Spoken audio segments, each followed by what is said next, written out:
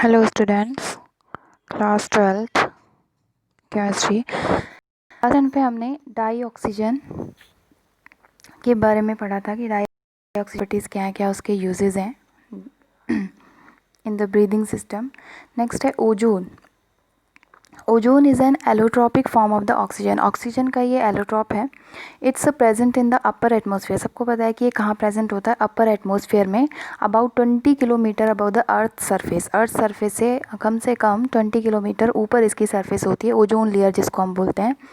Ozone अब बनता कैसे है? जो एटमॉस्फेरिक ऑक्सीजन होती है O2 की फॉर्म में, it react with UV rays. जो सन से यूवी रेज आती है, अल्ट्रा वायलेट रेज, उससे रिएक्ट करके क्या फॉर्म करता है? ओजोन। तो एक लेयर बन जाती है जिसे हम ओजोन लेयर बोलते हैं। तो यही रिएक्शन लिखी हुई है, 3O2 react with the UV rays to form the ozone 2O3। This is the endothermic process. Ultraviolet rays which are harmful to human beings के लिए हार्मफुल होती है अल्ट्रा वायलेट रेज। ये ओजोन लेयर क्या करती है? उनको अर्थ पर आने से रोक देती है, to the formation of the ozone. Ozone की लेयर के फॉर्मेशन से। The layer of ozone thus formed also prevent the remaining ultraviolet rays to reach the earth's surface. It may be noted that the above process 10% conversion of oxygen to ozone occur. 10% conversion oxygen का किस में हो जाता है? Ozone में। Next है preparation. अब laboratories में कैसे प्रिपेयर किया जाता है ओजोन को? O3 is prepared by passing electric discharge through pure cold and dry oxygen in a specially designed apparatus. Ozone को प्रिपेयर करने के लिए पासिंग साइलेंट इलेक्ट्रिक डिस्चार्ज में ऑक्सीजन को पास किया जाता है। एक स्पेशली डिज़ाइन एपरेटस है जिसका नाम है ozoniser. The formation of ozone from oxygen is an endothermic reaction. ये एक एंडोथर्मिक रिएक्शन होती है। These oxygen on silent electric discharge. The formation of ozone is endothermic process. It's necessary to use silent electric discharge. The purpose क्या है कि ये silent electric discharge का use करने का? एक स्पार्कलेस इलेक्ट्रिक डिस्चार्ज। जब डिस्चार्ज करते तो एक स्पार्किंग होती है, तो उसके लिए एक साइलेंट क्यों यूज़ करना है? Is to produce less heat, ताकि वो हीट लेस प्रोड्यूस करे। This would prevent local rise in temperature को ज़्यादा बढ़ने से रोक देता है ये जो साइलेंट इलेक्ट्रिक डिस्चार्ज होता है। विच अदरवाइज माइट डिकम्पोज। अगर ज़्यादा टेम्परेचर हो जाएगा तो डिकम्पोज हो जाएगा ozone back into the oxygen. ये जो हम ओजोन का प्रिपरेशन हम कर रहे हैं, अगर हीट ज़्यादा दे दी जाए, इलेक्ट्रिक डिस्चार्ज ज़्यादा हो जाए, तो ये फिर से बैक किस में कन्वर्ट हो जाता है? ऑक्सीजन में। तो इस तरीके से हम लेबोरेटरी में ऑक्सीजन ओजोन का प्रिपरेशन करते हैं from the oxygen. Next is physical properties of the ozone. It is pale blue gas having pungent order. Pungent order होती है इस ओजोन गैस की, और कलर है pale blue gas. It's heavier than the air. Air से heavier है। It's vapour density is 24 while that of the air की जबकि कितनी होती है? 14.4। And therefore it's about 1.5 times heavier than air. कितना है? 1.5 टाइम हैवियर होती है एयर से। It's boiling point 385 kelvin and melting point is 24 kelvin. It's slightly soluble in water. Water में कम सोल्यूबल है बट मोर सोल्यूबल होती है organic solvent like benzene, carbon tetrachloride and CH2, turpentine also. It's liquefied और deep blue liquid. Liquefy हो जाती है deep blue liquid में at about temperature 161.2 Kelvin, which can be solidified also to back into violet solid. वैसे pale blue gas है, जब इसको liquefy करेंगे तो pale blue deep blue liquid में कन्वर्ट होता है, और which further solidified into black violet solid at about temperature 80.6 Kelvin. It in contrast to dioxygen which is paramagnetic, ozone is diamagnetic. The small concentration of ozone are harmless. छोटी concentration, बहुत कम concentration है ozone की, वो harmless होती है। However if the concentration rises about the temperature 100 ppm से ऊपर अगर टेम्परेचर इसका राइज कर दिया जाए, ब्रीदिंग बिकम्स अनकम्फर्टेबल। कितनी हो जाती है? Uncomfortable, resulting in headache and nausea. Nausea या हेडेक कॉज करती है अगर इसकी कंसनट्रेशन हाई कर जाती है। अगर कम कंसनट्रेशन है तो हार्मलेस होती है, इतना हार्मफुल नहीं होती, लेकिन कंसनट्रेशन अगर बढ़ा दी जाए तब ये हार्मफुल होती है, cause headache and nausea. Next है chemical properties. Action with litmus. O3 or ozone is neutral towards litmus because it does not give any color, maybe blue or red litmus. Next is decomposition O3. Ozone is thermodynamically unstable with respect to O2. Oxygen के respect में ये unstable होता है जबकि oxygen slightly stable है. Because it result in liberation. अगर heat कर दी जाए, बढ़ा दी जाए तो ये डिकम्पोज हो जाता है, release energy and increases in entropy. Delta S value भी पॉजिटिव. अगर हम इसे हीट करेंगे अबाउट टेम्परेचर 475 केल्विन से ऊपर अगर हम हीट करें ओजोन को, it decomposes to form the oxygen and the energy heat is liberate. Delta H equals to -285.4 kilojoule. Reaction is catalyse by, ये रिएक्शन जो है डिकम्पोजिशन रिएक्शन कैटेलाइज होती है by PT black, platinum black, manganese oxide, manganese dioxide and copper oxide etcetera.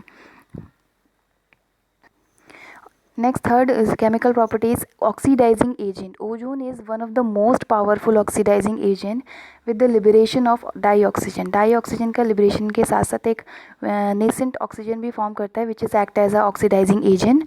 In fact, ozone is a stronger oxidizing agent than the molecular oxygen. एक molecular oxygen के comparison में ozone एक अच्छा oxidising agent है. क्यों? क्योंकि ये एक नेसेंट ऑक्सीजन में या एटॉमिक ऑक्सीजन में हम उसको बोल सकते हैं. Has higher energy content and decomposes to give the atomic oxygen.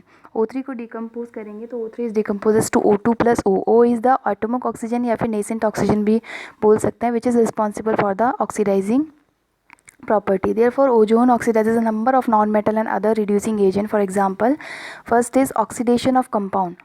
कुछ कंपाउंड का ऑक्सीडेशन है. Ozone oxidises black lead sulphide. Lead sulphide को लेड सल्फेट में ऑक्सीडाइज कर देता है. ब्लैक कलर का लेड सल्फाइड होता है और लेड सल्फेट होता है वाइट कलर का.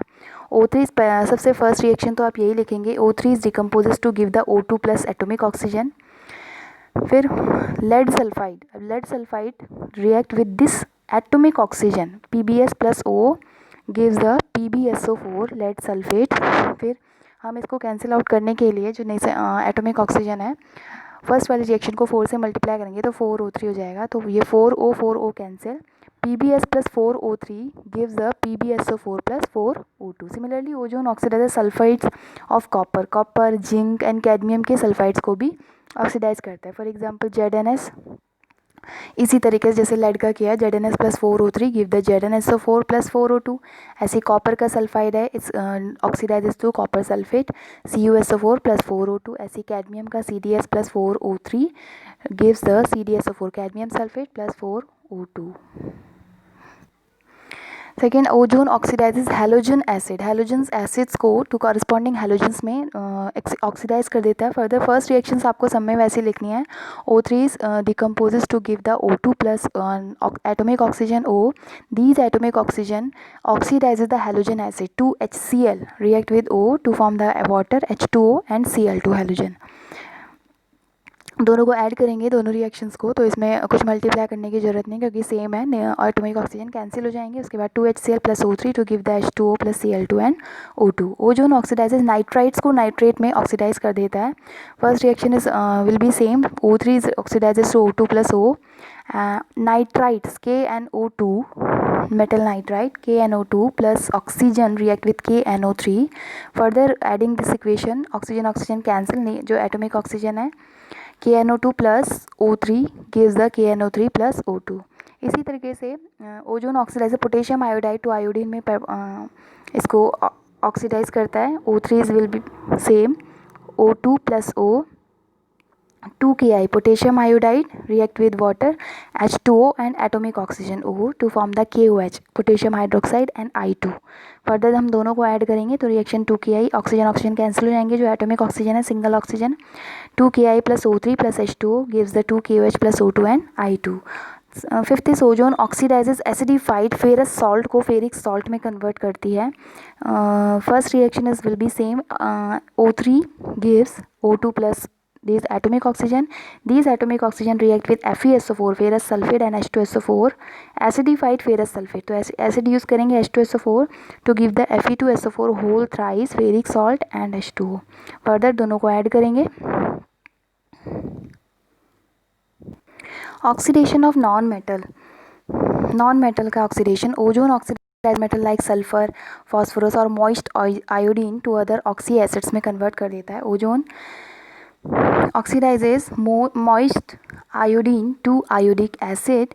फर्स्ट रिएक्शन आप सेम वैसे लिखेंगे जो ओजोन की है, O3 decomposes to O2 oxygen plus atomic oxygen O।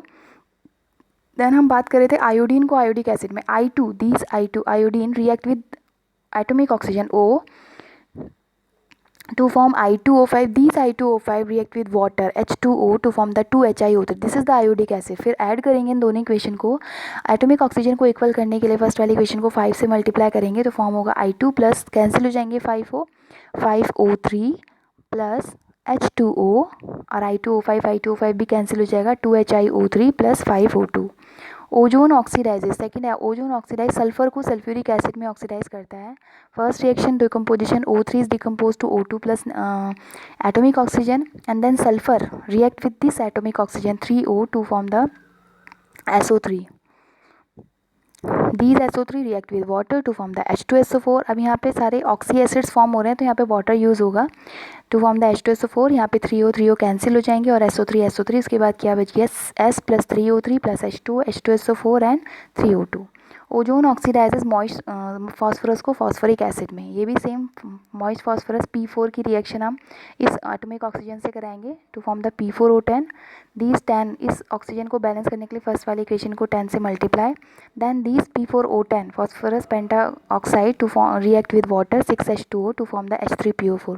तीनों रिएक्शन को ऐड करेंगे to form the P4 plus 10O3 plus 6H2O gives that 4H3PO4। This is phosphoric acid and 10O2। Oxygen और metalloids, metalloids के oxidation के लिए भी ozone responsible होता है, सच एज आर्सेनिक और antimony. Oxidation of moist arsenic O3 decomposes to O2 plus O 2As react with this atomic oxygen 5O to form the As2O5 arsenic pentoxide। As2O5 further react with the water to form the H3AsA4। this is arsenic acid।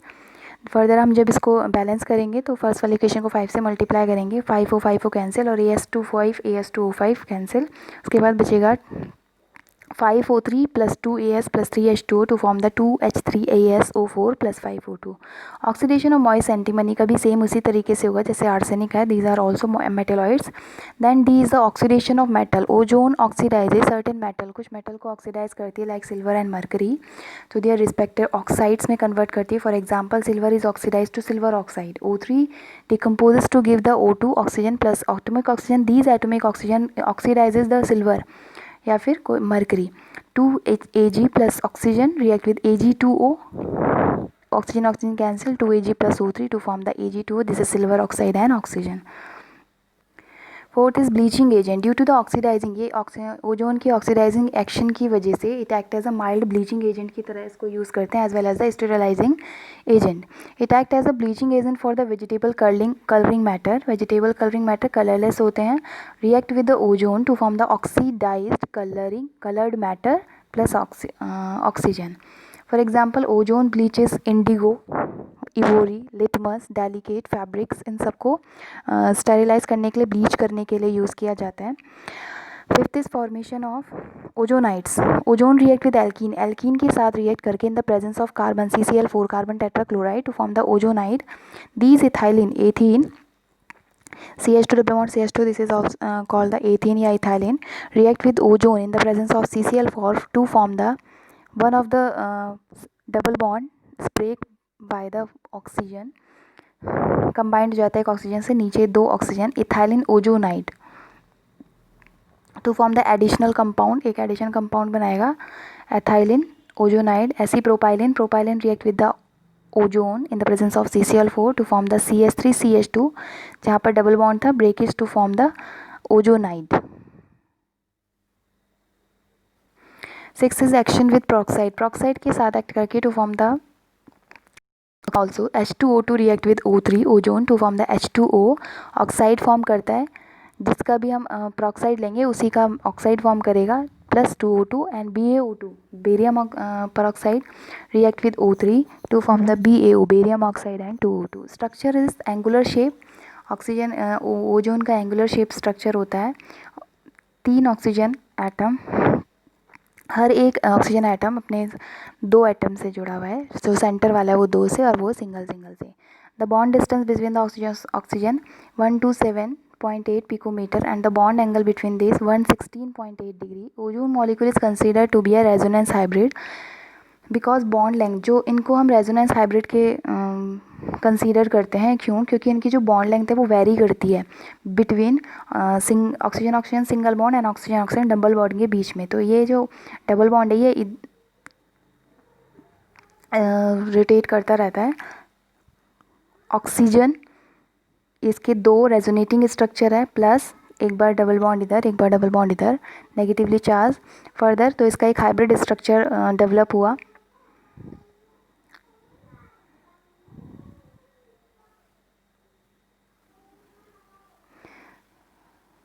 This is the hybrid structure. ये hybrid structure है इसका intermediate. ये दोनों resonating structure, ये दोनों resonating है और ये hybrid structure. Uses ozone is used for the disinfecting and sterilizing water because ozone has germicidal property. इसको डिसइंफेक्टेंट की तरह भी यूज़ करते हैं और स्टेरिलाइज के लिए तरह भी यूज़ करते हैं.